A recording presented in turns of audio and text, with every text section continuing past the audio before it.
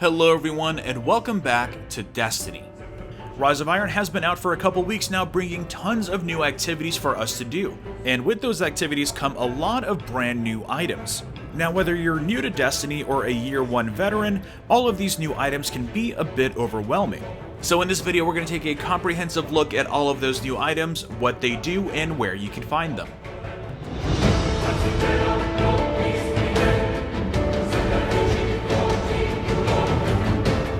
Let's start with Archon's Forge. To initiate Archon's Forge, you have to find an item called a Siva Offering. You will have a chance of finding one of these items while fighting the fallen Splicers, or you can guarantee yourself one by completing a quarantine mission while patrolling the Plaguelands. You also have a chance of finding one while fighting in the Archon's Forge, so if you don't have an offering, you can still head over there and help out any other players that are doing their offerings in hopes of finding your own.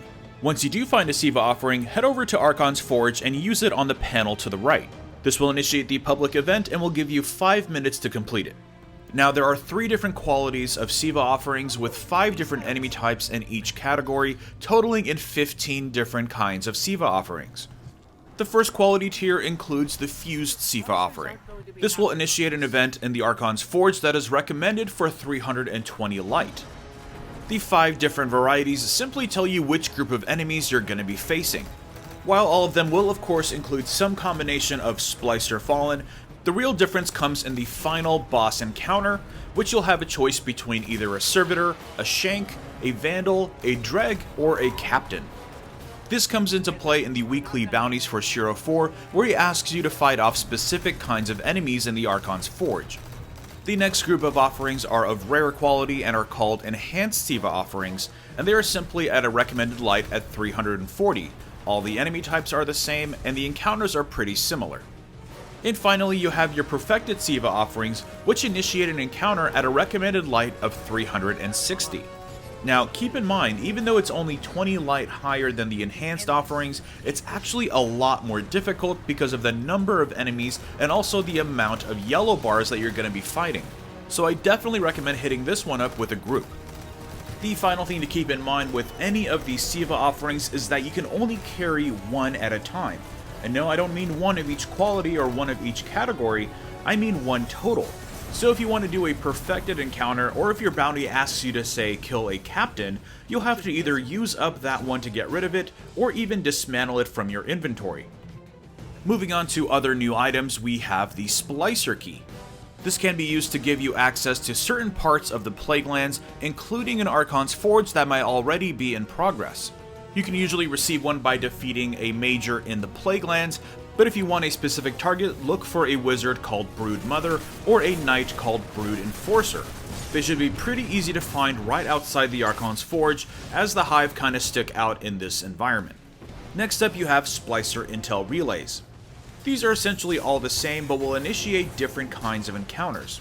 You can also find these randomly by defeating enemies in the Plaguelands. I've had the best luck with captains and knights. To use these items starting in the Plaguelands, make your way back to the old Cosmodrome, passing through the Rocket Yard and the Divide, and all the way back to where you first start the game. You will eventually hit a grid of lasers that is blocking your path. This is where you use that Intel Relay. Once you use it on the panel, it will let you continue back to the old highway area. Depending on the variety of relay that you used, you will be facing one of 4 possible encounters. Now unfortunately, the only real reward from this activity is a chest that is located on the catch that is docked next to the highway. This simply has a chance of granting you a legendary engram or a class item. But on top of that, this is where you actually initiate the Kvostov quest if you don't have one to break down. Next up we have the Skeleton Key. These are used to open horde chests at the end of strikes. Now, attaining skeleton keys themselves are unfortunately completely random. You essentially have a chance of receiving one every time you complete a strike. The horde chest will appear in any strike at 320 light or 360 light. That includes anything from the Siva playlist, the Siva heroic playlist, or even queuing up the strike of your choice from the director and choosing the 320 light difficulty. Opening these horde chests will grant you strike exclusive loot or even artifacts that are up to 385 light. Also remember that you can only stack up to 5 skeleton keys, so if you want to save them, put them in your vault or transfer them to a different character. Next up is Iron Lord's Legacy. This is an item that you can attain from completing Tyra's weekly Plaguelands quest.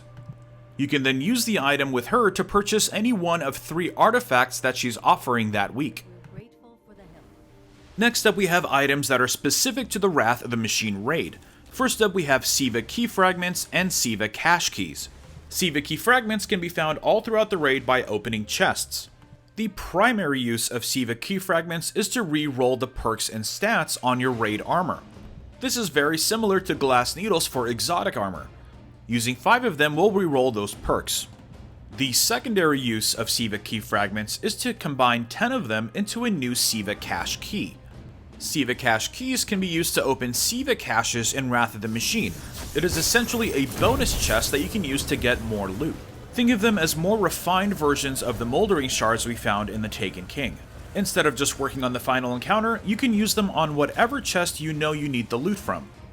So again, 10 key fragments will make a Siva cache key, but let's say you need key fragments. Well, you can actually go to Shiro 4 with a cache key and convert them back to fragments for 250 Glimmer. Next up we have the Ice and Fire token. This can be used to pay respects to the Iron Temple. You can get this item by clearing the Wrath of the Machine raid anytime after the first Rise of Iron weekly reset. You use this item in the giant fire pit in the courtyard. The only use for this so far is to gain access to a secret Siva fragment that is on top of the giant tower in front of the temple.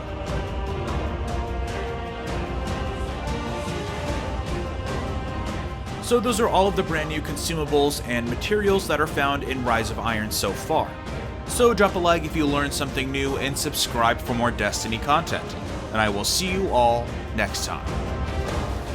Even though I raid on a regular basis, it's awesome that you don't have to raid to be considered a top tier player. And now more than ever, the Crucible is a fantastic way to get there.